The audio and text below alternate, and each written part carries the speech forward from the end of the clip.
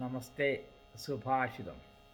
വഹന്തി നദ്യ സ്വയമേവ വൃഷ്ടിഃ ഖാദന്തി ന സ്വാദുഫലാനി വൃക്ഷാഃ പയോധരേണ പ്രരുഹന്തി സസ്യാഃ പരോപകാരായ ഭവന്തി സന്തഃ.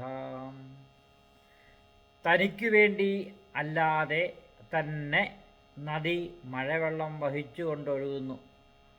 വൃക്ഷങ്ങളാകട്ടെ സ്വാദുള്ള ഫലങ്ങൾ സ്വയം ഭുജിക്കാതെ മറ്റുള്ളവർക്ക് നൽകുന്നു.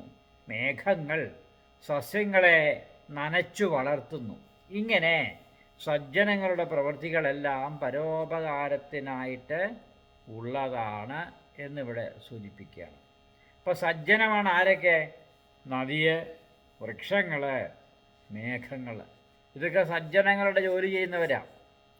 നദി വെള്ളം ഒഴുകുന്നു, മഴവെള്ളം കൊണ്ട് ഒഴുകുന്നു എന്നുള്ള അർത്ഥം നമുക്കറിയാം എന്താണെന്നുള്ളത്.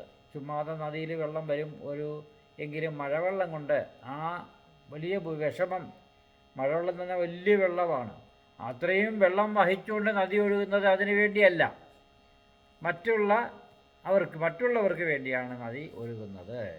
പിന്നെ പറയുന്നത് വൃക്ഷങ്ങളാകട്ടെ നല്ല മധുരമുള്ള സ്വാദുള്ള ഫലങ്ങൾ ഉള്ള ധാരാളം വൃക്ഷങ്ങളാണ് നമുക്ക് ചുറ്റുമുള്ളത്.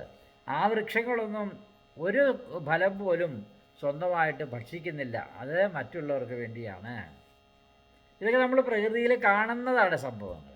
അതേപോലെ മേഘം നനയ്ക്കുന്നത് ചെടികളെയും പച്ചക്കറികളും വൃക്ഷങ്ങളും ഒക്കെ മേഘം നനച്ച് സസ്യലതാദികളെ നല്ല സമ്പുഷ്ടമായ നല്ല രീതിയിലുള്ള വിളകൾ നമുക്ക് തന്നുകൊണ്ട് സസ്യങ്ങൾക്ക് കൃഷിയിടങ്ങളിൽ മേഘം നനച്ച് മഴ പെയ്യിച്ച് തരുന്നു. മേഘങ്ങൾ നനയ്ക്കുന്നത് ചെടികളെ ആയാലും വൃക്ഷങ്ങളെ ആയാലും സസ്യങ്ങളെ ആയാലും കൃഷിയിടമാണെങ്കിലും മേഘം നനയ്ക്കുന്നത് മേഘത്തിന് വേണ്ടിയല്ല, മറിച്ചോ നമുക്ക് വേണ്ടിയാണ്, പരോപകാരമായിട്ടാണ് എന്നതുപോലെയാണ് സജ്ജനങ്ങളുടെ പ്രവൃത്തി എന്നിവിടെ സുഭാഷിതത്തിലൂടെ നമുക്ക് മനസ്സിലാക്കാം.